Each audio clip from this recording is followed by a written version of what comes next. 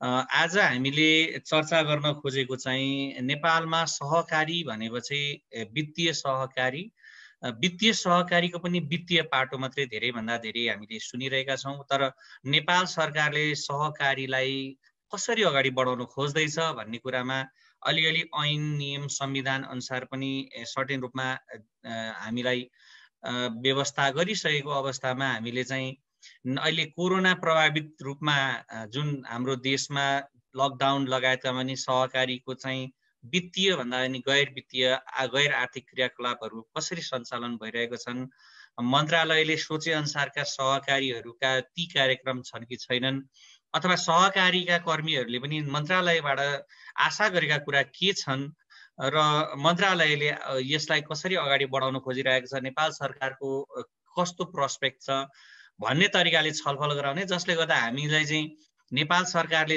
खोजेको क्षेत्रमा हामी पनि काम गर्न सकौँ, हामीले गरेका कुरा अगाडि जाउन् र हाम्रा कुराहरू पनि केही छन् भने नेपाल सरकारलाई हामीले पनि यो च्याट बक्सबाट अथवा फेसबुक लाइभमा क्वेसन सोध्नु भने म त्यसलाई चाहिँ उहाँ समक्ष राख्ने चाहिँ प्रयास गर्नेछु।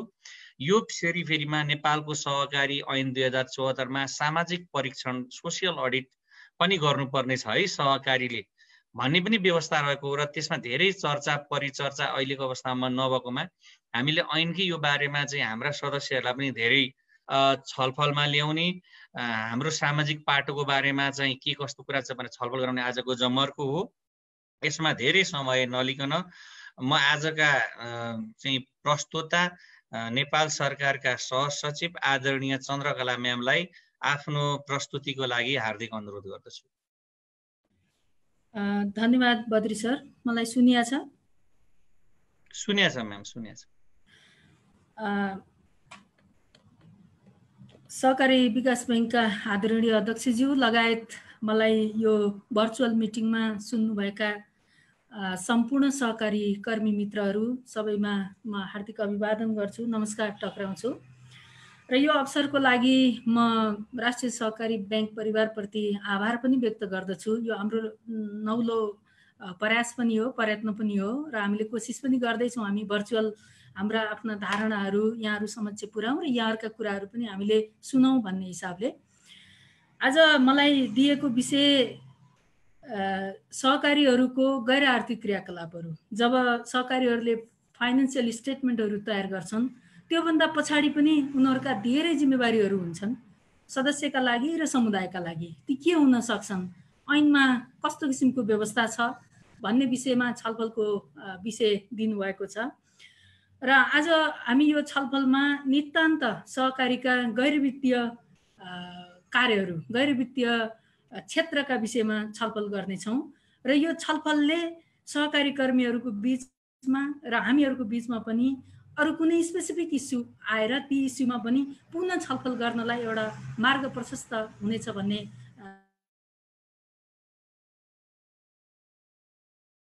हामीले फन्ड कसरी जुटाउने, त्यो फन्डलाई कसरी व्यवस्थापन गर्ने, कसरी लगानी गर्ने, कसरी रिकभर गर्ने, त्यसपछि क्यापिटल टर्नओभरहरू कस्तो बनाउने, क्यासको पोजिसन कस्तो राख्ने, डेबिट क्रेडिट लगायतका फाइनेन्सियल हेल्थका विषयहरूमा कमै चर्चा गर्छौँ।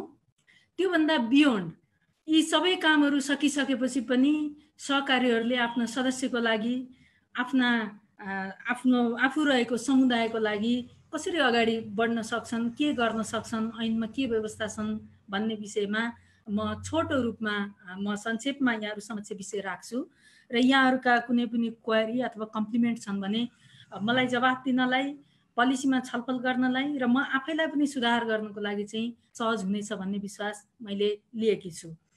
आज हामी अलिकति विषय सहकारीका विषयमा कुरा गर्छौँ, त्यसपछि गैर वित्तीय क्षेत्रहरू कस्ता हुन सक्छन् सहकारीले गर्ने भन्ने विषयमा कुरा गर्छौँ, त्यसका कस्ता किसिमका सूचकहरू हुन सक्नेछन् भन्ने विषयमा कुरा गर्छौँ र सहकारीका कानुनमा र नीतिमा यी विषयमा के कस्ता विषयहरू राखिएको छ भन्ने विषयमा छलफल गर्छौँ र अन्तमा यहाँहरूका कुनै क्वेरी भएमा त्यो सुन्नको लागि मैले यहाँहरूका सुझावहरूलाई र यहाँहरूका प्रश्नहरूलाई सधैँ मैले स्वागत गर्ने विषय अनुरोध गर्दछु।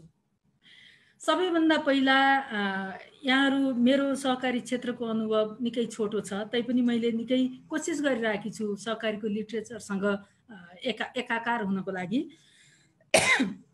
सहकारी भनेको कमन आफ्ना गोलहरू, कमन अन्डरस्ट्यान्डिङहरू, कमन आर्थिक सामाजिक सांस्कृतिक आवश्यकताहरू रहेका र ती आकांक्षाहरू पुरा गर्ने व्यक्तिहरू अटोनोमस रूपमा चाहिँ एसोसिएसन आफैमा एसोसिएसन अटोनोमस रूपमा एसोसिएटेड भएका समूहहरू हुन् सहकारी भनेको।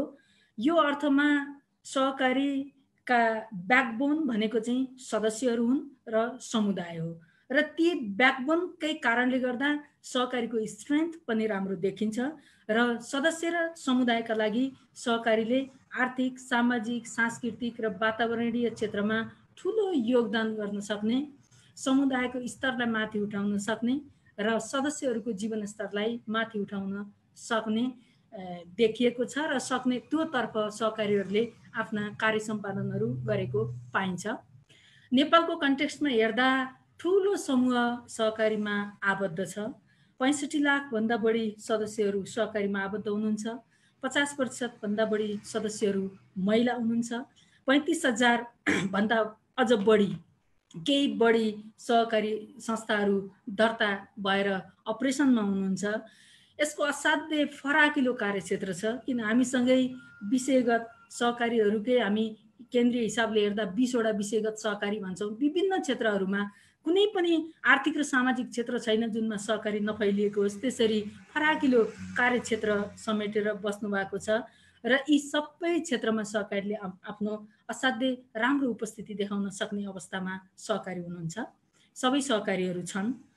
सहकारी स्वभावैले सदस्य केन्द्रित हुन्, स्वनिर्णय गर्न सक्छन्, आफैले सेल्फ हेल्प गर्न सक्छन्, सेल्फ एडमिनिस्ट्रेसन गर्छन् र रेस्पोन्सिबिलिटी पनि आफैले निर्वाह गर्छन्। सेल्फ रेस्पोन्सिबिलिटी हो, यी बेसिक प्रिन्सिपलबाट सहकारीहरू अगाडि बढेका छन्। सहकारीले आफ्ना सदस्यहरूका आर्थिक आवश्यकताहरूलाई सहयोग गर्ने, समाधान गर्ने कोसिस गर्छन् र सँगसँगै सामाजिक र सांस्कृतिक आवश्यकताहरूलाई पनि सँगसँगै पुरा गर्ने हिसाबले सहकारी व्यवसाय अगाडि बढेको छ। र आजको यति ब्याकग्राउन्ड राखिसकेपछि आज हामीले यो कुनै विषयको माग बढ्यो अथवा लोनको माग बढ्यो, आपूर्ति बढेन, फन्ड भएन भनेर सधैँ हामी फाइनेन्सियल पर्सपेरिटीका जुन कुरा गर्छौँ त्यसको पछाडि मात्रै सहकारी हिँड्दैनन् है। त्यो बियोन्ड यी फाइनेन्सियल पर्सपेरिटी भन्दा पर पनि सहकारी हिँड्ने गर्छन्। जुन ती मान्यता उनीहरूका सहकारीका मूल्य छन्, मान्यता छन् र सिद्धान्त छन्, ती चाहिँ फाइनेन्सियल एक्टिभिटीमा मात्रै केन्द्रित रहँदैनन् भन्ने विषयमा हामीले आज छलफल गर्नेछौँ। के हुन् त गैर व्यवसायिक गैर वित्तीय क्रियाकलापहरू भनेर त्यसमा एकछिन छलफल गरौँ। विभिन्न सहकारीका विज्ञहरूले आफ्ना लिटरेचरमा विभिन्न किसिमका धारणाहरू दिनुभएको छ। मैले शुक्लप र डेवार्ली भन्ने दुईजना लेखकहरूले एउटा बुक लेख्नु भएको छ। त्यसमा उहाँहरूले कस्टमरको सेटिस्फ्याक्सन हेर्नु सहकारीको गैर वित्तीय क्रियाकलाप हो, त्यो हेर्नुपर्छ सहकारीले। कति हामीसँग आउने क्लाइन्टहरू, कस्टमरहरू कति सन्तुष्ट छन् हाम्रो सर्भिससँग, हाम्रो सेवा प्रवाहसँग, हाम्रो क्वालिटीसँग भनेर हेर्नुपर्छ भनेर भन्नुभएको छ।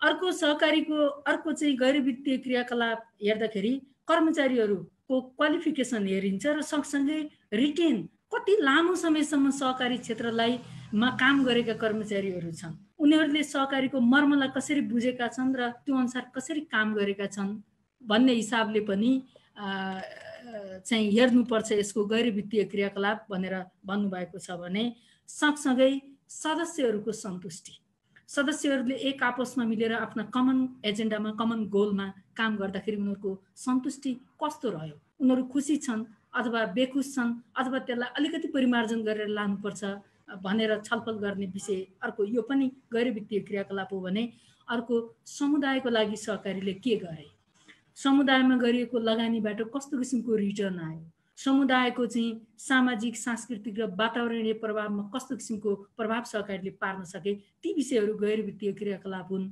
भनेर उहाँहरू दुईजनाले आफ्नो बुकमा चाहिँ लेख्नु भएको छ। भने सहकारीको blueprint of cooperative decade भनेर 2013 सालमा चाहिँ प्रकाशन भएको छ।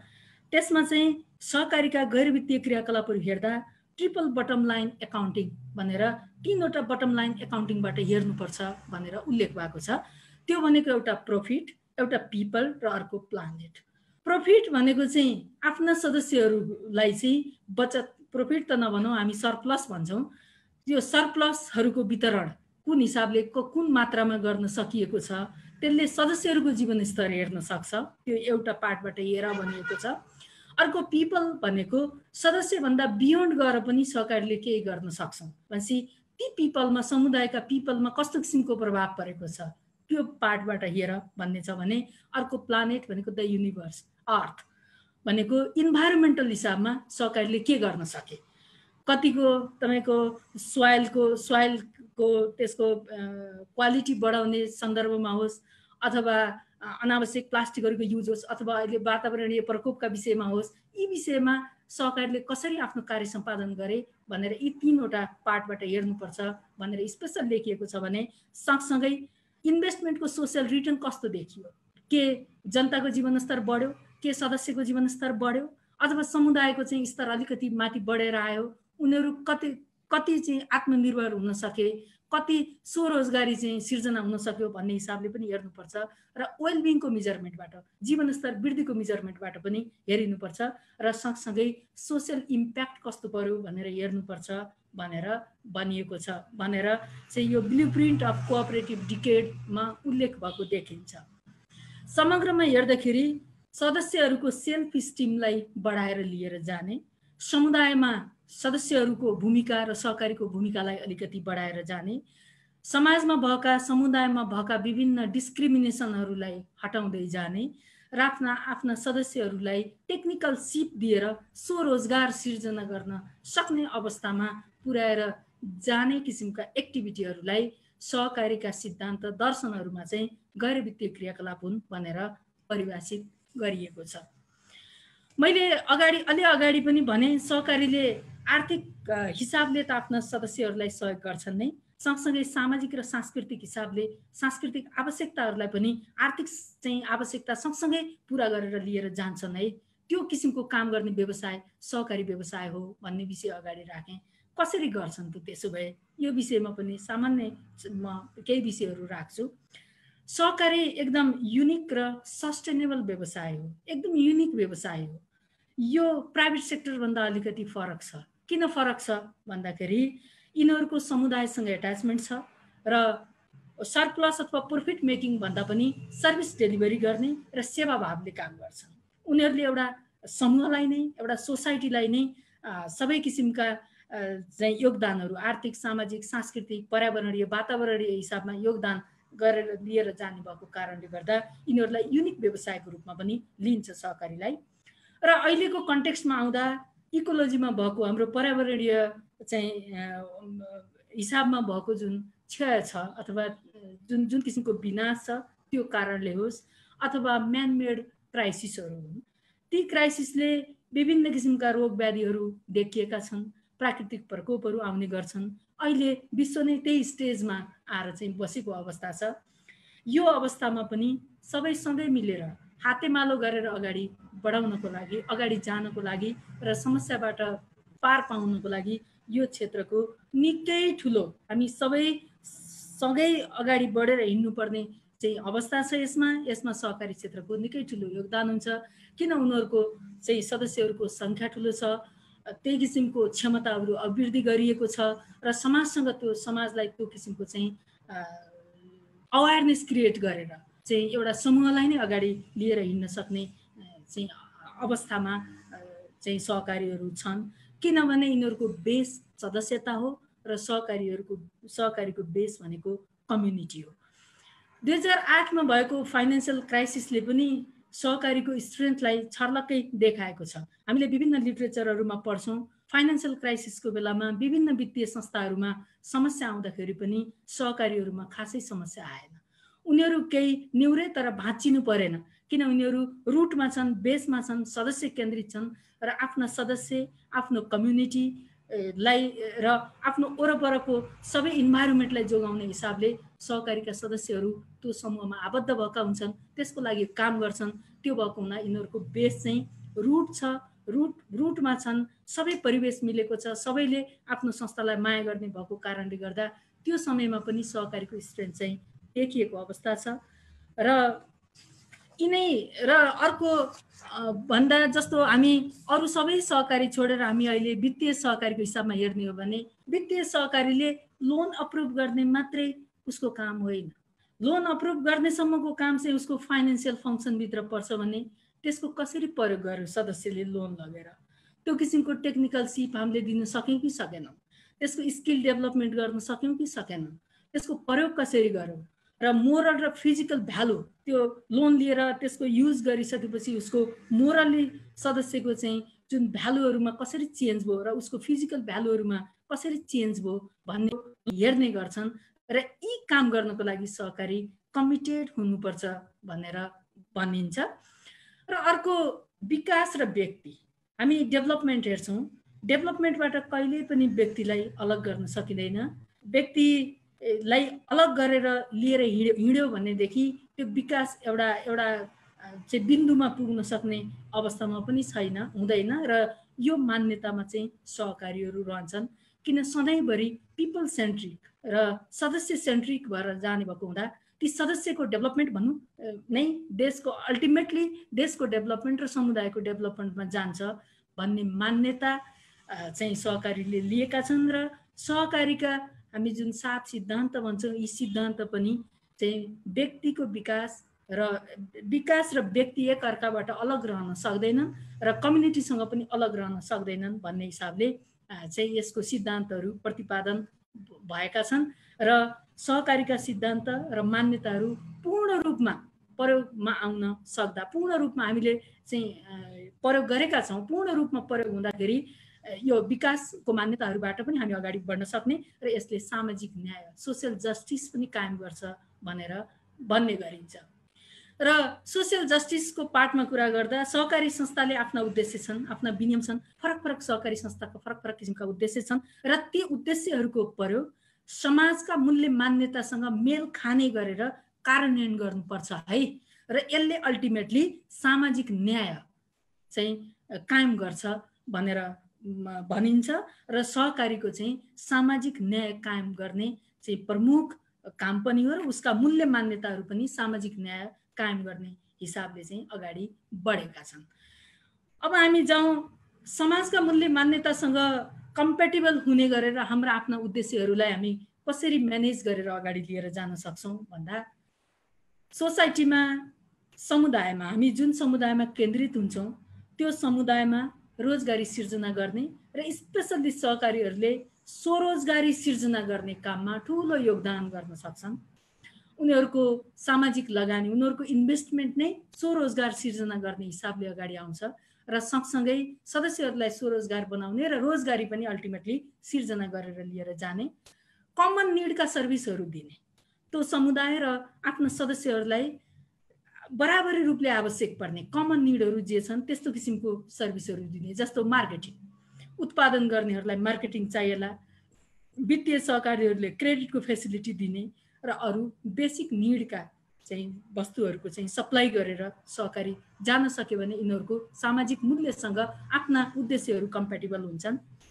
सँगसँगै पुअरहरूलाई, सदस्यहरूमध्ये पनि एकदम आवश्यकता भएको पुअर सदस्यलाई चाहिँ क्रेडिटको चाहिँ एक्सेस दिने काम गर्ने, महिला र वयस्क युवाहरूलाई चाहिँ सहकारीप्रति अथवा स्वरोजगारप्रति चाहिँ इम्पावर गरेर लिएर आउने, यदि कुनै उत्पादनसँग सम्बन्धित सहकारी छ भने सोइलको इम्प्रुभमेन्टको काम गर्ने, सहकारीले लिडरसिप डेभलप गरेर लिएर जाने, किन समाजमा चाहिँ उनीहरूले चाहिँ एउटा अवेरनेसको काम पनि गर्ने भएको हुँदा नलेज दिने र सँगसँगै लिडरसिप पनि वृद्धि गरेर लैजाने र उनीहरूलाई बिजनेसको स्किल दिने, बिजनेसको ट्रेनिङ दिने र त्यो पनि कम्युनिटीमा, त्यो समुदायमा जस्तो किसिमको चाहिँ आवश्यकता पर्छ उनीहरूको बिजनेसको स्किल अथवा ट्रेनिङ त्यो किसिमको दिने। त्यसरी पनि समाजका मूल्यसँग सहकारीलाई आफूलाई चाहिँ नजिक लैजान सक्छन्।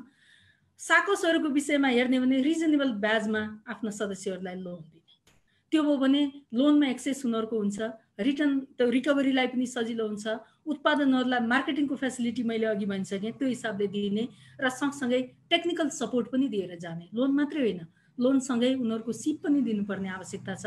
त्यसको प्रयोग कसरी गर्ने, कसरी चाहिँ उनीहरूले व्यावसायिक योजनाहरू बनाएर काम गर्न सक्छन् भन्ने टेक्निकल सपोर्ट पनि दिने र अन्तमा चाहिँ सहकारीले आफूले दिएका सेवाहरूको मूल्याङ्कन गर्ने, हाम्रा सर्भिस कस्ता भए त भनेर मूल्याङ्कन गर्ने। यदि आवश्यक देखियो भने ती सर्भिसहरूको गुणस्तर सुधार गरेर लैजाने, त्यसपछि जीवनस्तर सुधार गरेर लैजाने, कर्मचारीहरूको सहकारीको मर्म कति बुझे, उनीहरूको चाहिँ रिटेनिङ कुन लेभलमा हुन सक्यो भन्ने विषयहरू पनि हेर्ने र सेवा प्रवाह गर्दाखेरि सहकारीले लिएका आफ्ना पोलिसीहरू कतिको प्रभावकारी रहे भनेर ती पनि अन्तमा आएर सहकारीले मूल्याङ्कन गरेर त्यो मूल्याङ्कन अनुसार आफूलाई अपग्रेड गर्दै लिएर जानु पर्ने देखिन्छ र यसले समाजका मूल्यसँग आफ्ना उद्देश्यहरूलाई कम्प्याटिबल बनाएर सहकारी जान सक्छ। त्यो भएको कारणले गर्दा त्यसो भए सहकारीले के गर्ने त? अब उनीहरूको फाइनेन्सियल एक्टिभिटिजहरू भन्दा बियोन्ड गएर सोसियल एक्टिभिटी, त्यसपछि सांस्कृतिक एक्टिभिटीहरू, इकोलोजी इन्भाइरोमेन्टल एक्टिभिटीहरू गर्ने क्रममा चाहिँ अघि मैले जुन उसका सामाजिक मूल्य मान्यताका कुरा गरेँ, सोसियल जस्टिसका कुरा गरेँ र सेल्फ रेस्पोन्सिबिलिटीका कुरा गरेँ, सेल्फ एकाउन्टेबिलिटीका र रेस्पोन्सिबिलिटीका, त्यो हो भने सदस्यको सन्तुष्टि हेर्ने, आफ्ना सदस्यहरू सहकारीले दिएको सेवामा कतिको सन्तुष्ट छन्, त्यो सन्तुष्टि, सेवा प्रभावकारी भयो कि भएन, गुड गभर्नेन्सका सबै चाहिँ इन्डिकेटरहरू प्रयोग भयो कि भएनन्, समुदायसँग हाम्रो बन्डिङ कतिको रह्यो भनेर त्यसरी सन्तुष्टि हेर्नु पर्यो भने सँगसँगै कर्मचारीहरूलाई रिटेन पनि गर्ने, उनीहरूलाई डिसेन्ट बेनिफिट पनि दिने र एकदम सहकारीको मर्म बुझेका कर्मचारीबाट काम गर्दा थोरै कर्मचारीबाट पनि धेरै काम हुन सक्ने हुँदा त्यो हिसाबले चाहिँ कर्मचारीहरूलाई अगाडि लैजाने, समुदायमा स्वरोजगारी सिर्जना गर्ने र विभिन्न नेसनल क्याम्पेनहरूमा पनि भाग लिने, सोसियली हार्मफुल चिजहरू छन् भने त्यसलाई युज नगर्नको लागि अवेरनेसहरू सिर्जना गर्ने काम सहकारीले गर्न सक्छन्। यी विषयहरू भए सहकारीले गर्न सक्ने विषय र आफ्नो सेल्फ इभ्यालुएसन गर्ने विषयहरू। अब म नेपालमा हामीले अहिले प्रचलनमा रहेका हाम्रा सहकारी नीतिमा र सहकारी कानुनमा कस्ता किसिमका व्यवस्था गरिएको छ त बियोन्ड फाइनेन्सियल स्टेटमेन्टमा भन्ने विषयमा छोटकरीमा राख्छु र त्यसपछि मेरो आफ्नो भनाइ चाहिँ बिस्तारै अन्त हुने हिसाबमा पनि म जान्छु। एउटा सहकारी नीतिले विभिन्न उद्देश्यहरू लिएको छ जुन यहाँहरू सबैले यो बुझ्नु पनि भएको छ, म विदितै पनि हुनुहुन्छ यहाँहरू। एउटा सहकारीहरूले चाहिँ अवेरनेसको माध्यमको रूपमा सहकारीहरूलाई प्रमोट गरेर अगाडि बढाउनु पर्ने भन्ने एउटा उद्देश्य लिएको छ।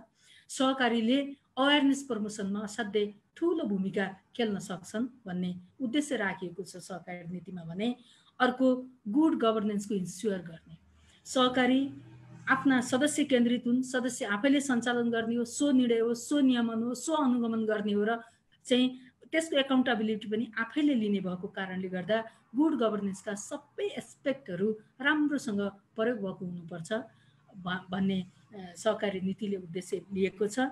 त्यसो हुँदा गुड गभर्नेन्सका सबै कम्पोनेन्टहरूको इन्स्योर गर्नुपर्छ भन्ने राखिएको छ भने अर्को अन्य स्टेक होल्डरसँग पार्टनरसिपमा हिँड्नु आवश्यक छ।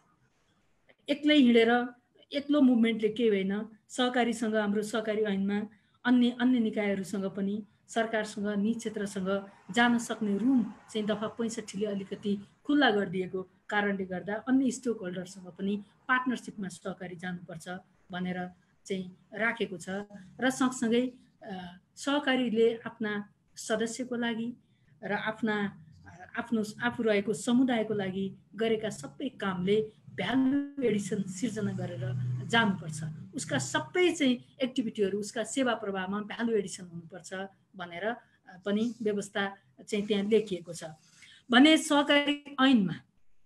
सहकारी ऐनको दफा 137मा सोशल अडिट सामाजिक परीक्षणको व्यवस्था गरिएको छ। वित्तीय अडिट त हामीले फाइनेन्सियल वित्तीय विवरणहरू बनाइन्छ, त्यसलाई विभिन्न आफ्ना नियामक निकायहरूमा पेश गरिन्छ, करका एजेन्सीहरूमा पेश गरिन्छ, करको अथोरिटीमा पेश गरिन्छ र त्यसको अडिट चाहिँ हाम्रा चाहिँ वित्तीय अडिटरहरूबाट हुन्छ भने अब चाहिँ सोसियल अडिट गर्ने। सोसियल अडिट गर्दाखेरि चाहिँ आफ्नो विनियममा लेखिएको उद्देश्य अनुसार चाहिँ हामीले काम गर्न सक्यौँ कि सकेनौँ भन्ने विषयमा सोसियल अडिट गर्न आवश्यक छ भनेर दफा 137 लेखिएको छ। अर्को, सञ्चालक समितिले कस्ता निर्णय गरे, ती निर्णय कस्ता रहे र त्यो अनुसार चाहिँ कार्य सम्पादन भयो कि भएन भन्ने विषय राखिएको छ। सदस्यहरूले प्राप्त गरेको सेवा र सन्तुष्टिको स्तर कस्तो रह्यो, उनीहरूको जीवन स्तरमा कस्तो किसिमको परिवर्तन आयो, त्यो चिजको पनि सोसियल अडिट गर्न सक्नेछन्।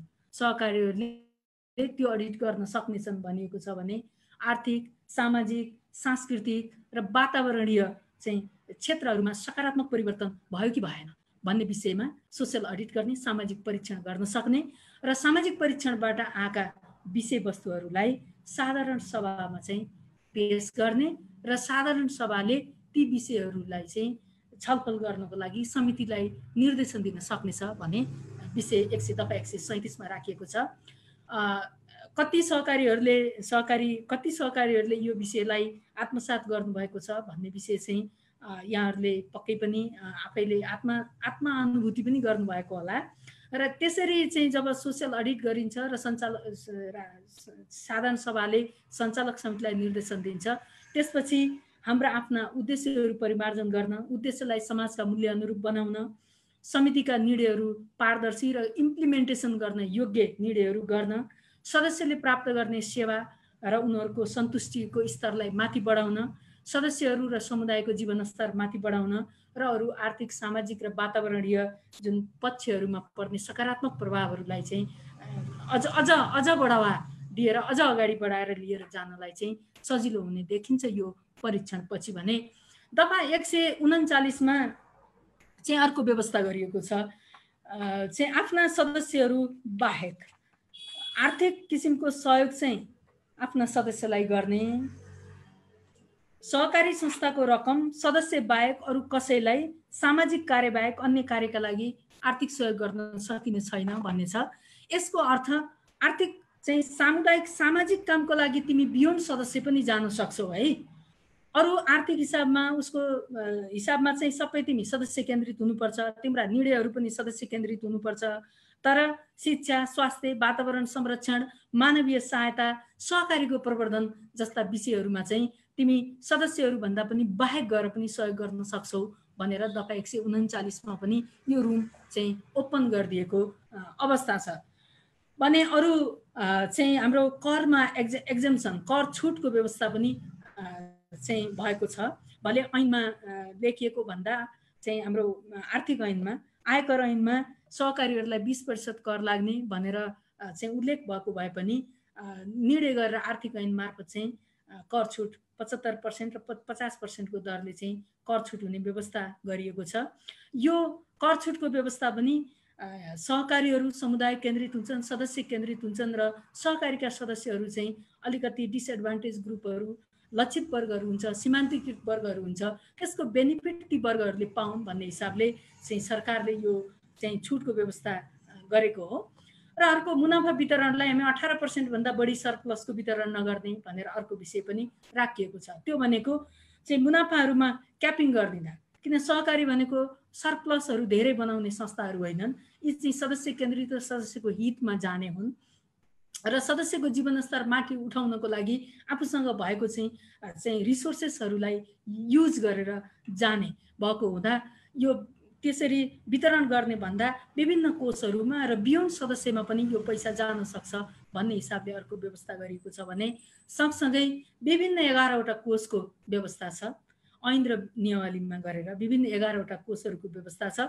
त्यो मध्ये एउटा कोष चाहिँ कर्मचारीको लागि र कर्मचारीलाई पनि बोनस वितरण गरिसकेपछि बाँकी रहेको फेरि वितरणको लागि अर्को व्यवस्था छ भने झगडा कोष चाहिँ सहकारी संस्थाको प्रवर्धनको लागि हो भने बाँकी सम्पूर्ण कोषहरू सहकारीका सदस्यहरू र चाहिँ अघि जस्तै सामाजिक चाहिँ क्षेत्रमा काम गर्दाखेरि सदस्यभन्दा बाहिर गएर काम गर्न सक्ने गरेर विभिन्न कोषको पनि व्यवस्था गरेको छ र सहकारीले यिनै कोष मार्फत आफ्ना सदस्य र आफ्नो समुदायलाई आर्थिक, उनीहरूको सामाजिक, सांस्कृतिक, वातावरणीय चाहिँ क्षेत्रमा सहयोग गर्नको लागि अवेरनेस सिर्जना गर्न, क्यापेसिटी डेभलपमेन्ट गर्नको लागि प्रयोग गर्ने गरेर त्यो व्यवस्था गरिएको छ र सरकारले त्यो प्रयोग गरेका छन् भन्नेमा हामी विश्वस्त पनि छौँ।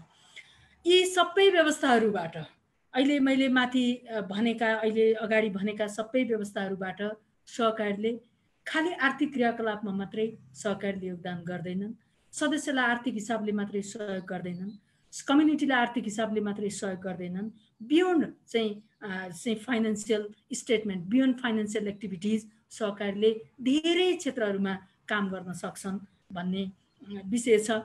र सबैभन्दा ठुलो यो आर्थिक रूपमा त एक्सेस टु फाइनेन्स अनि फाइनेन्सियल लिटरेसीमा सहकारीको योगदान असाध्यै ठुलो छ, तर त्योभन्दा पनि अरू सेक्टरहरूमा पनि सहकारीको त्यत्तिकै योगदान छ र सहकारी त्यही हिसाबले अगाडि बढेका छन् भन्ने चाहिँ हामीले आशा पनि गरेका छौँ र त्यो विश्वस्त पनि छौँ। र यी विषय राखिसकेपछि मैले अन्तमा चाहिँ मेरो भनाइलाई कन्क्लुड गर्नको लागि सहकारी आर्थिक क्रियाकलापमा मात्रै संलग्न छैनन्, सहकारीले सदस्यहरूबाट बचत सङ्कलन गर्छन्, सहकारीले ती सदस्यहरूलाई सङ्कलित बचतबाट लगानी पनि गर्छन्। त्यो लगानीको प्रोपर युज भएको छ अथवा छैन भन्ने दिशामा पनि सहकारीले हेर्न आवश्यक छ। त्यो लगानी गर्ने वातावरण बनाउन उनीहरूको स्किल डेभलपमेन्ट गर्नलाई पनि आवश्यक छ। आफ्नो समुदायका मूल्यसँग कम्प्याटिबल हुने गरेर आफ्ना उद्देश्यहरूको इम्प्लिमेन्टेसन गर्न आवश्यक पनि छ र त्यसको लागि राज्यले चाहिँ जुन कानुनमा सरकारले चाहिँ तय गरिदिएको कानुनमा जुन किसिमका व्यवस्था छन् ती सबै व्यवस्थाहरूको अप्टिमम युज गरेर आफ्ना सदस्यहरूको जीवनस्तर माथि उठाउने दिशामा सहकारीले निकै ठुलो योगदान गर्न सक्छन्।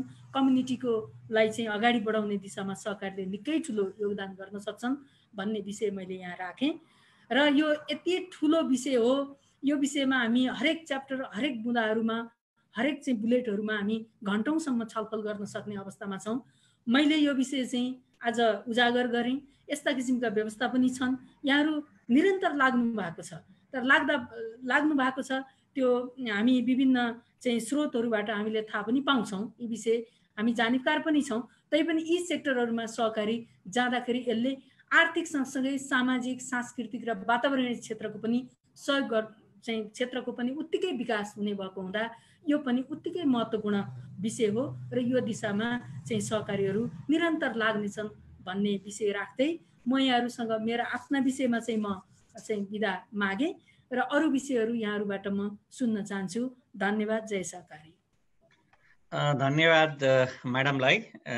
यो नेपालमा सहकारी ऐनमा भएको कुराहरूको बारेमा अलिकति भन्नु। अब यसमा सहभागीहरूको प्रश्नहरूमा कतिले मलाई एसएमएस गरेर टिपाउनु भएको छ, कतिले फोन गर्नुभएको छ, कतिले च्याट बक्समा लेख्नु भएको छ, कतिले फेसबुकमा लेख्नु भएको छ। अब एक दुईवटा कुरा नि अब हजुर चाहिँ अब त्यहाँ जिम्मेवार निकायमा भयो भने यहाँ अलिकति यो सहकारी भन्ने कुरालाई चाहिँ सोसियली नेपाल सरकारले अहिले तपाईँले भने जस्तै सरकारले धेरै कामहरू गर्नुपर्छ, धेरै काम गर्दा रिसोर्स कम हुन्छ, त्यसैले हामीले ट्याक्समा अलिकति छुट दिएर अन्य तरिकाले प्रमोट गरेर धेरै काम चाहिँ सहकारी मार्फत पनि समुदायमा गर्ने भन्ने कुरा चाहिँ भन्नुभयो। त्यस त राम्रो एउटा कुरा भयो। तर अर्को कुरा के भइरहेछ यहाँ सहकारी कर्मीहरूलाई भने यो सहकारी भन्ने शब्ददेखि चाहिँ नेपालको सरकार संविधानले चाहिँ मान्यो, तर त्यसलाई चाहिँ स्वीकार नगरेको हो कि स्थानीय तहले।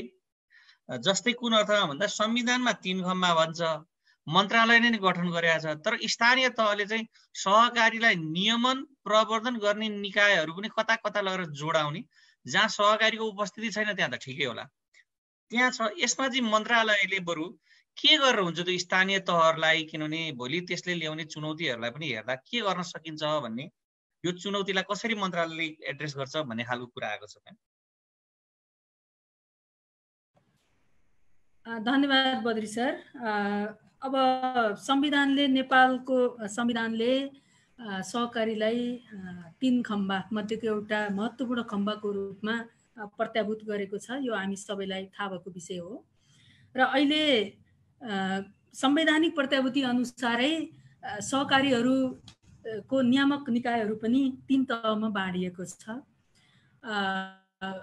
उनीहरूको कार्यक्षेत्र अनुसार सङ्घीय सरकारले पनि हेर्ने, प्रदेश सरकारले पनि हेर्ने र स्थानीय तहले पनि सहकारीहरूलाई दर्ता पनि गर्ने, उनीहरूको नियमन पनि गर्ने र उनीहरूको प्रवर्धन पनि गर्ने हिसाबले त्यो व्यवस्था गरेको छ। भलै सङ्क्रमणकालीन व्यवस्था अनुसार यदि सङ्क्रमणकालीन व्यवस्था अनुसार चाहिँ उनीहरू ती सरकारहरू गठन नभएसम्म अथवा उनीहरूका त्यो किसिमको संरचना नबनेसम्म भनेर एक किसिमको चाहिँ कानुनी रूपमा र संरचनागत रूपमा पनि हामीले हाम्रो सहकारी ऐनमा तोकेको अवस्था छ। अहिले धेरै धेरै ठाउँहरूमा चाहिँ पहिला उनीहरूको संरचना बन्नलाई पनि अलिकति समय लाग्यो, स्थानीय तह र प्रदेश सरकारको संरचना बन्न। त्यसपछि केही कर्मचारीहरूको डेपुटेसनमा पनि केही चाहिँ समय लाग्यो। त्यो समयसम्म मन्त्रालय र सहकारी विभागले नै चाहिँ एउटा स्थानीय तह कार्यक्षेत्र भएका सहकारीहरूलाई पनि हामीले हरेक निर्णयहरू गरेर पठाउने गरेकै हो। र आज आइसकेपछि अब उनीहरू फुल्ली इक्विप्ड भइसकेका छन्, कर्मचारीहरू पनि डेप्युट भएको छ, उनीहरूको संरचना पनि बनेको छ, कानुनी संरचना पनि बनेको छ। सबै स्थानीय धेरै जसो स्थानीय तहले सहकारी ऐन पनि बनाउनु भएको छ र प्रदेशले त बनाइ नै सक्नु भएको छ। अबको हाम्रो एकल एजेन्डा भनेको स्थानीय तहहरूको र स्थानीय तहका पदाधिकारी र त्यसमा सहकारी हेर्ने गरी तोकिएका कर्मचारीहरू जुन शाखा र त्यसमा कार्यरत कर्मचारी हुनुहुन्छ उहाँहरूको क्षमता अभिवृद्धिको कार्यक्रम हो र आगामी वर्षको बजेटदेखि नै यो कार्यक्रमलाई म्यासिभली लैजाने हिसाबले हामीले अन्य निकायसँग यो बजेट निर्माणको क्रममा अर्थ मन्त्रालयसँग र अन्य स्टेक होल्डरसँग पनि चाहिँ छलफल गरेका छौँ र सहकारी विभाग एउटा सङ्घीय चाहिँ हिसाबमा नियामक निकाय पनि सहकारी क्षेत्रको नियामक निकाय भएको हुँदा सहकारी विभाग र सहकारी परीक्षण तथा अनुसन्धान केन्द्रलाई पनि यो काममा लिएर जाने र हामी स्थानीय तहसम्मै पुग्नुपर्छ भन्ने हिसाबले हाम्रो छलफल भएको छ र अब यो बाहिरको असामान्य परिस्थिति सामान्य भइसकेपछि हामी हाम्रा कार्यक्रमहरू लिएर हामी स्थानीय तहसम्म पुग्छौँ र एकदमै छिटो पहिलो प्रायोरिटी दिएर त्यो काम गर्छौँ र उहाँहरूको क्षमता अभिवृद्धि गर्नु नै हाम्रो मन्त्रालयको चाहिँ अहिलेको प्रमुख चाहिँ काम हो र त्यो हिसाबले हामी अगाडि बढेका छौँ सर। यसमा सानो छोटो दुईटा रिफरेन्स पनि आयो अहिले यो क्वेसन सोध्दै गर्दाखेरि। एउटा चाहिँ के हो भने स्थानीय तहमा राजस्व परामर्श समिति भन्ने हुन्छ अरे, त्यसमा चाहिँ उपमेयरको संयोजकत्वमा हुनेमा उद्योग वाणिज्य सङ्घदेखि सबै निकाय हुन्छन् तर सहकारीको त्यहाँ सम्बन्धित निकायको मान्छे हुँदैनन्। यो नै एउटा उपेक्षा हो कि? अनि साना स्केलमै ग्रामीण तहमा साना स्केलमै चाहिँ कार्यक्रमहरू अर्थको इकोनोमिक एक्टिभिटीहरू हुन्छन् तर त्यो चाहिँ सहकारीलाई ठ्याक्कै नजरअन्दाज गर्दा सरकारले तोकेको समृद्ध नेपालमा पनि सहकारीहरूको साँच्चै योगदान कम आफै पनि कम हुँदै गएको हो कि भन्नुभएको छ। त्यसले गर्दा हजुरलाई चाहिँ यो जुन पछि लिङ्केज गर्ने कुरामा यसलाई दिन र एउटा बरु त्यो परामर्श जुन समिति राजस्व परामर्श समितिमा सहकारीका त्यहाँ रहेका निकायहरूलाई पनि गर्यो भने अपनत्व हुँदै हुँदै सहकारी हुन्छ कि उहाँहरूको स्थानीय तहमा भन्ने एउटा सुझाव राख्नु भएको छ। म अर्को एउटा के छ भने यो सहकारीलाई चाहिँ अब तपाईँ अर्थ मन्त्रालयको भएर पनि पुरानो अहिले त हुनुहुन्न तर अर्थ मन्त्रालयमा काम गर्नुभएको करको पनि विज्ञ गर्नुले के भएछ भने माइक्रो फाइनेन्स सहकारीले गरिबी निवारण टार्गेटेड एरियामा काम गर भन्ने अहिले हामीले पनि भन्यौँ होइन अन्डर सब प्रिभिलेजहरूलाई। अनि माइक्रो फाइनेन्स एक्टिभिटी टाइपको माइक्रो फाइनेन्स एट शब्दमा त ट्याक्स नलाग्नु पर्ने हो। माइक्रो फाइनेन्सहरूले गरिबी निवारणको लागि काम गर्दाखेरि चाहिँ होइन तिमी त माइक्रो फाइनेन्स गर्दैछौ तिमी त 30% करतिर भनेर सहकारीले धेरै दुःख पाए। त्यसले गर्दा उहाँहरूको चाहिँ समस्या समाधान गर्ने युनिट मन्त्रालयले विभागले कसले हुन्छ त्यसमा चाहिँ हाम्रा कति समस्या छन्। अब हामी एक एकजनालाई चाहिँ जानुभन्दा पनि अन्तर समन्वय कानुनी रूपमा भएको समस्याहरू समाधान गरिदिने संयन्त्र एउटा बनाउँदा कस्तो हुन्छ होला अहिले भए पनि हामीले प्रयोग गर्न पाएको छैनौँ भन्छ। यो चाहिँ प्राय नवलपरासीतिरका साथीहरूको त्यो समस्या देखियो अहिले। त्यसले गर्दा यो माइक्रो फाइनेन्स एक्टिभिटी गरेर 30% कर लगाउने हामी सामाजिक काम गर्दा अघि तपाईँले कर छुट भन्नुभयो त्यहाँ त डबल ल्याएर 20लाई 30 बनाएर लायो भनेछन्। यसलाई कसरी डिल गर्ने होला भनेर सरहरूले सोध्नु भएको छ। मैले अब यो राजस्व परामर्श समितिको विषय चाहिँ यहाँहरूको सुझावको विषय हो। सुझावलाई मैले टिपोट पनि गरेँ र यो बजेट निर्माण भन्दा अगाडि विभिन्न हरेक सरकारले राजस्व परामर्श समिति गठन गर्ने र त्यसको स्ट्रक्चर चाहिँ एक्जिक्युटिभ बडीले बनाउने भएको कारणले गर्दा यो विषयमा यी सुझावहरू हामीले सम्बन्धित निकायमा पुर्याउने छौँ। मन्त्रालयले त्यो काम गर्नेछ यति मात्र विषय भने। अर्को यो जुन करारोपणको विषय हो हुन त म त्यो क्षेत्र त्यो मन्त्रालयमा र त्यो सेक्टरमा पनि म अहिले काम गर्दिनँ। अघि बद्री सरले पनि भनिसक्नुभयो सहकारी ऐनले गभर्न गर्ने संस्थाहरू भनेका सहकारी संस्था हामीले व्याख्या पनि गराएर लिएर आएका छौँ जुन वित्तीय सहकारीको सन्दर्भमा। बहुउद्देश्य सहकारी संस्था जसले वित्तीय क्षेत्रको पनि काम गर्छन्, ब्याङ्किङ साकोसको पनि काम गर्छन्, तिनीहरूको लागि पनि उनीहरूले यदि ब्यालेन्स सिट फरक हिसाबले बनाएर रिटर्न भर्यो भने त्यसमा पनि छुट पाउने भनेर हामीले त्यो व्याख्या चाहिँ सम्बन्धित विभागले मन्त्रालयले गरेर पठाइदिएको अवस्थामा सहकारी ऐनले गभर्न गर्ने विषयहरू, गभर्न गर्ने चाहिँ जुन विषय भनौँ अथवा इन्टिटी भनौँ अथवा संस्था भनेका सहकारी संस्थाहरू हुन् र तिनलाई सहकारी ऐन अनुसारै चाहिँ करारोपण गर्नुपर्छ भन्ने विषयलाई हामीले सम्बन्धित मन्त्रालयमा हामी यो विषय पुर्याउने पनि छौँ र लबिङ पनि गर्नेछौँ। मैले यो विषय राखेँ हजुरलाई। अर्को हाम्रो सञ्चालकज्यू पनि हुनुहुन्छ, उहाँले नै सोध्नु भएको छ, माधव देवकोटा सरले। अब यो उहाँहरूलाई हामीलाई अहिले कस्तो समस्या आयो भने हामी सामाजिक उत्तरदायित्व काम त गर्न सक्छौँ, अब ती कोषहरूलाई नै प्रयोग गर्ने तरिकाहरूमा पनि अलिकति कोष कसरी प्रयोग गर्ने भन्ने खालको कुरा थाहा नहुँदा कतिसम्म चाहिँ सामाजिक उत्तरदायित्व अथवा कम्युनिटी डेभलपमेन्टमा खर्च गर्ने अथवा त्यो सबै कम्युनिटी डेभलपमेन्टको सबै सहकारीको पैसा एकै ठाउँमा प्रयोग गरेर चाहिँ स्थानीय तहमा गर्ने कि इन्डिभिजुअली गर्ने कि जसलाई जहाँ मनपर्छ त्यहाँ गर्ने कि, यसले गर्दा अलिकति कन्फ्युजन भयो। यसको लागि चाहिँ सहजीकरण के हुन्छ, यसको खर्चको सीमा के हो भन्ने खालको सोध्नु भएको छ। यसमा सामाजिक उत्तरदायित्वको लागि कोषहरूको प्रयोगको विषय हो यो। धेरै एक दुईवटा कोषहरूको कार्यविधि हामीले बनाइ पनि सकेका छौँ जुन अलिकति ठुलो महत्त्व पनि राख्छ र लार्ज स्केलमा रकम सङ्कलन हुन्छ। जस्तो सहकारी प्रवर्धन कोष भयो, स्थिरीकरण कोष भयो, यी कोषहरूको विषयमा चाहिँ हामीले कार्यविधि बनाएका छौँ। तर यी सहकारीहरू हरेक सहकारी पछि आफ्नो आफ्नो उसमा रहने, सहकारीको होल्डभित्रै नै रहने कोषहरू भएको कारणले गर्दा यसमा थप चाहिँ कार्यविधि आवश्यक नपर्ने र पर्ने विषयमा हामीले मन्त्रालय स्तरमा पनि केही छलफल चाहिँ हामीले गरेको अवस्था हो। तर सहकारी भनेका सेल्फ गभर्न पनि हुन्। उनीहरूको आफ्नो विनियममा आफ्नो सञ्चालक समितिले, साधन सभाले पास गरेर र सबै सदस्यहरूको बहुमतले सबै सदस्यहरूले यसलाई यसरी प्रयोग गरेर लैजाउँ भनेर चाहिँ त्यसको अनुमति दिएको अवस्थामा, स्वीकृति भएको अवस्थामा त्यो फन्डलाई मोबिलाइज गर्न सक्ने अवस्थामा सहकारी संस्था आफै पनि अटोनोमस हो संस्थाहरू हैन। तर त्यो भन्दैमा हाम्रा सबै सहकारीका चाहिँ सबै कोषका पैसाहरू हामी एक ठाउँमा लान्छौँ र अहिले यो प्रयोजनको लागि लैजान्छौँ भन्दा त्यो सहकारीले निर्वाह गर्नुपर्ने अरू उद्देश्यहरू, त्यसको त हरेकको उद्देश्यहरू फरक फरक किसिमको उद्देश्य छ र फरक फरक किसिमको क्षेत्र छ। त्यो फरक फरक किसिमको क्षेत्रमा खर्च गर्नुपर्ने पैसालाई अन्य फरक क्षेत्रमा खर्च गर्दाखेरि त फेरि सहकारीका अरू उद्देश्यहरू पुरा नहुन सक्छन्, सदस्यहरूका चाहिँ जीवनस्तर वृद्धिका विषयहरू नहुन सक्छन्।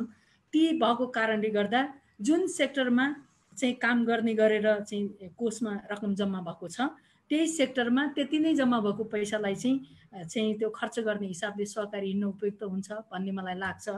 तर यहाँले अघि भने जस्तो हुन सहकारी आफैले पनि आफ्ना कोषहरू व्यवस्थापनका लागि सबै कुराहरू बनाउन सक्ने अवस्था छ। जहाँ दीर्घकालीन असर पर्छ ती विषयमा चाहिँ ऐन र नियमावलीमा बोलि नै सकिएको अवस्था छ। जस्तो बोनस भन्यो, बोनस यहाँभन्दा बढी नदिनु है भनेकै छ हैन।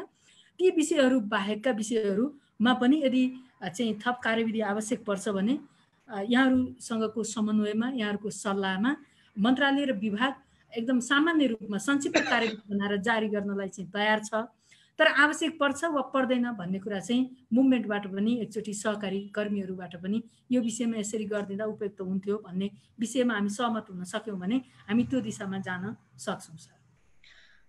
अब अर्को यहाँ नाम चाहिँ छैन, ग्यालेक्सी M20 भनेर लेख्नु भएको छ, च्याट बक्समा हजुरलाई पनि होला। उहाँले के भन्नुभएको छ, हामीले कर्जा लियौँ, हामीले सदस्यहरूलाई कर्जा कारोबार गऱ्यौँ, अब अहिले यो लकडाउनको कारणले गर्दा हामी चल्न सक्ने अवस्था नहोला कि भन्ने डर छ। त्यसले गर्दा तरलता सम्बन्धी सरकार र हामीले पनि सहकारी ब्याङ्कले पनि के कस्तो काम गरेका छ, हामीले यो सहकारीलाई जोगाउने कुरामा अलिकति के छ, ताकेता गर्न सक्दैनौँ हामी सदस्यलाई यो बेलामा मानवता कारणले बचत फिर्ता पनि दिन भन्न मिलेन भन्ने कुरा सोध्नु भएको छ। यो सायद धेरै सहकारी कर्मीहरूको धेरै अहिले जल्दो बल्दो कुरा हो। मन्त्रालयमा पनि अब यस सम्बन्धी केही छलफल भएको छ कि सरकारले केही सोचेको छ कि भन्ने तरिकाले चाहिँ उहाँहरूले सोध्नु भएको छ। यो चाहिँ सान्दर्भिक प्रश्न पनि हो। वास्तवमा सहकारीहरू मैले अघिदेखि धेरै जोड दिएको विषय छ। ओनरसिप लिने, सहकारीको ओनरसिप लिने सदस्य केन्द्रित हुन् सहकारीहरू भनेका, र त्यो ओनरसिप लिने सदस्यहरूको उल्लेख्य सङ्ख्या हुँदाखेरि चाहिँ सहकारीले धेरै अवस्थामा यी समस्याहरू नबेहोर्नु पर्ने हो भन्ने लाग्छ यिनीहरूको रुट हेर्दाखेरि। तैपनि फाइनेन्सियल कारोबार गर्ने सहकारीहरू भएको हुँदा आन्तरिक रूपमा तपाईँहरूको फाइनेन्सियल स्ट्रक्चरहरू जुन हिसाबले चाहिँ मेन्टेन गर्नुभएको छ त्यो मेन्टेन गरिएको स्ट्रक्चरबाट रिइन्भेस्टमेन्ट गर्न सक्ने अवस्था पनि आउन सक्छ। त्यो एकचोटि आफ्ना चाहिँ आन्तरिक स्ट्रक्चरहरू कस्ता छन्, हामी सिआरआर लगायतका अरू विषयहरू पनि भन्छौँ, त्यो एकचोटि चाहिँ हेरौँ। र हामी यी वित्तीय क्षेत्रहरूमा भोलि यो समस्या आउन सक्छ भनेर मन्त्रालय लेभलमा पनि छलफल भएको छ, सम्बन्धित सरकारवाला निकायहरूसँग पनि छलफल भएको छ, विभाग र हामी बसेर पटक पटक छलफल गरेको अवस्था छ। कतिपय गुनासोहरू पनि आउँछन् डिपोजिटकर्ताहरूको, त्यो भएको कारणले गर्दा म्यासिभली छलफल गरेका छौँ र यसको निर्णय गर्ने चाहिँ जुन नियामक निकायहरू हुनुहुन्छ ती निकायसम्म सहकारीका यी समस्याहरू हामी लिएर अवश्य एकदम जति सक्दो छिटो हामी यी समस्याहरू लिएर हामी उहाँहरूसम्म पुग्नेछौँ। र त्योभन्दा पनि पहिला चाहिँ यहाँहरूले आफ्नो चाहिँ स्ट्रक्चरलाई एकचोटि आन्तरिक स्ट्रक्चरलाई चाहिँ हेर्नु होला, कम्पोनेन्टहरू कस्तो राख्नु भएको छ, रिइन्भेस्ट गर्न सक्ने अवस्था छ कि छैन, सदस्यहरूको सपोर्ट कतिको छ, उहाँहरूले चाहिँ त्यो लोन रिकभर हुन सक्ने अथवा उहाँहरूको सदस्यता बापत मतलब डिपोजिटहरू आउन सक्ने अवस्था के छ त्यो हेर्नलाई मैले यहाँहरूलाई अनुरोध पनि गर्छु पर्सनल्ली। अब अलिअलि क्वेसन अलि आएको छ, मैले अलिकति फेरि समय मागेँ किनभने 2-3वटा क्वेसन मिलाउँदैछु। एउटा क्वेसन सोध्नु भएको छ हाम्रो सुदर्शन सरले नै सोध्नु भएको छ, जो पूर्व हाम्रो विभागको रजिस्ट्रार साहब पनि हुनुहुन्थ्यो। त्यस पछाडि अर्को सोध्नु भएको छ त्यसैमा जनार्दन कोइराला भन्ने सरले, अब यसमा कस्तो छ भन्नुहुन्छ नि, यसको दुईटाको सार चाहिँ अब अहिले यो कोषहरूको बाँडफाँड जुन छ त्यो कोषको बाँडफाँड नै कति वैज्ञानिक छ त्यसलाई एकचोटि हेर्नुपर्छ कि मन्त्रालयको लेभलमा।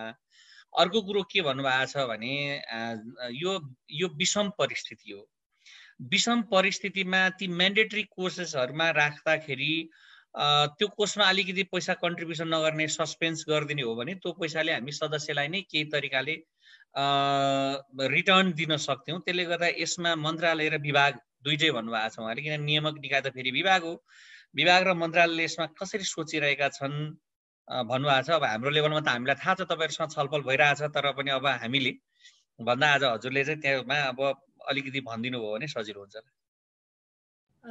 सुदर्शन सरलाई यदि मलाई सुन्नु भएको छ भने नमस्कार टक्राउन चाहन्छु। म अहिले 11 किसिमका कोषहरू भएको र हरेक कोषहरूमा पनि कम्तीमा पनि ती तोकिएका कोषहरू बाहेक जगेडा कोष, संरक्षित पुँजी फिर्ता कोष र सहकारी प्रवर्धन कोष बाहेकका बाँकी कोषहरूमा कम्तीमा पनि बचत रकमको ती घटाएर आउने रकमको 5% रकम चाहिँ राख्नुपर्ने भनेर नियावलीमा व्यवस्था भएको र नियावलीको यो व्यवस्थाले गर्दा सदस्यहरूलाई दिने रिटर्नमा असाध्यै कमी आयो।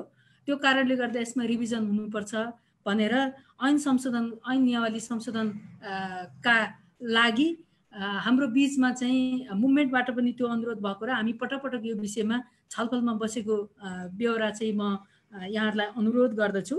र यो कानुनमा नै संशोधन गर्नुपर्ने विषय भएको कारणले गर्दा हामी छलफलका क्रममा छौँ र अहिलेको यो परिस्थितिले हाम्रो त्यो छलफल पनि एकदम उत्कर्षमा पुगेको छलफललाई पनि बिस्तारै डाउनमा ल्याएको छ।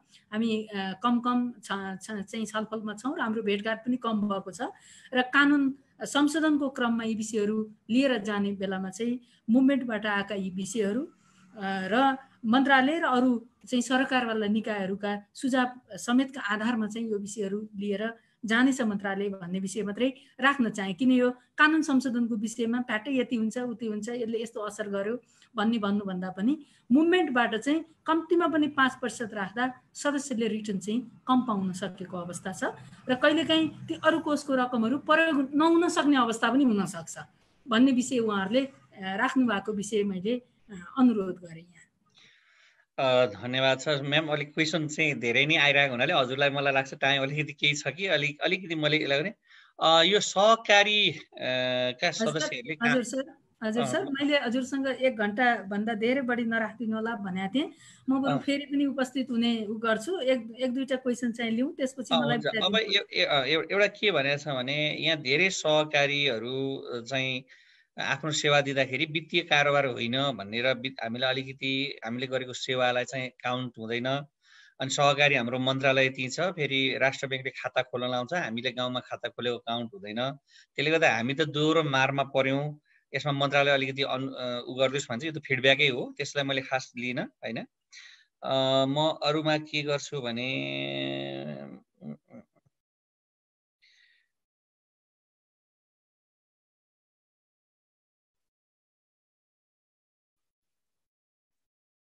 धेरैजनाले चाहिँ सहकारी ऐन अन्तर्गत जुन छुट सुविधा दफा 78 छुट सुविधा सहुलियत कार्यान्वयन भएको छैन, यो कसरी कार्यान्वयन हुन्छ भनेर चाहिँ उहाँले सोध्नु भएको छ।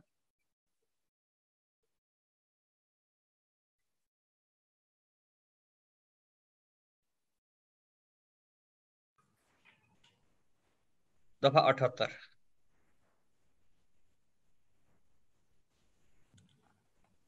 हजुर, मैले हेरिराखेकी छु। एउटा यो अहिले पछिल्लो अवधिमा चाहिँ जुन सहकारी संस्थाले अचल सम्पत्ति बाहेक कारोबार सम्बन्धी कुनै लिखत रजिस्ट्रेसन गराउनु पर्ने छैन र कार्यालयको भवन बनाउनको लागि आवश्यक पर्ने जमिन खरिद गर्दाखेरि चाहिँ रजिस्ट्रेसन दस्तुर लाग्ने छैन भन्ने विषय मुख्य छ। र सँगसँगै अरू चाहिँ क्यापिटल गुड्सको विषयहरू छ। क्यापिटल गुड्सहरू चाहिँ सहकारीको एजिएमबाट पास भइसकेपछि सहकारी विभाग मार्फत आएका विषयहरूलाई हामीले अर्थ मन्त्रालयमा लगेर तिनीहरूको भन्सार र अरू करहरू छुटका कामहरू चाहिँ गरेकै छौँ। अहिले यो जुन जग्गा खरिदमा लाग्ने रजिस्ट्रेसन शुल्क हो, अहिले रजिस्ट्रेसन शुल्क सङ्घीय सरकारले नहेर्ने, प्रदेश सरकारले तोक्ने भएको कारणले गर्दा र उहाँहरूको चाहिँ आर्थिक ऐनमा, प्रदेश सरकारहरूको आर्थिक ऐनमा यो विषय छुटेको कारणले गर्दा केही प्रदेशहरूमा यो दफा भन्दा नि यो बुँदा चाहिँ कार्यान्वयन गर्नलाई अलिकति अप्ठ्यारो परेको अवस्था हो। र यो विषय चाहिँ हामीले सम्बन्धित निकायमा अलरेडी पुर्याइ पनि सकेका छौँ। र मलाई जहाँसम्म लाग्छ अब चाहिँ कानुन बनेर आउँदा, अबको आर्थिक ऐन आउँदाखेरि यो विषय चाहिँ समेटिएर आउँछ भन्ने मैले विश्वास राखेकी छु र मन्त्रालयले पनि त्यो विश्वास राखेको छ। हुन्छ। अब मलाई पहिले भन्नुभएको थियो तपाईँको मिटिङ छ, त्यही पनि हामीले अनुरोध गऱ्यौँ बन्दाबन्दीको समयमा छोटो समयको बिचमा पनि अहिले सहकारीले यक्ष रूपमा गरिरहेको सामाजिक क्षेत्रको कामको बारेमा मन्त्रालयले सोचेका कुराहरू र हामीले गरेका कुराहरूको बिचमा एउटा छलफल भयो। अब म यो कार्यक्रममा तपाईँले समय दिनुभयो, म त्यसको लागि धन्यवाद दिन्छु।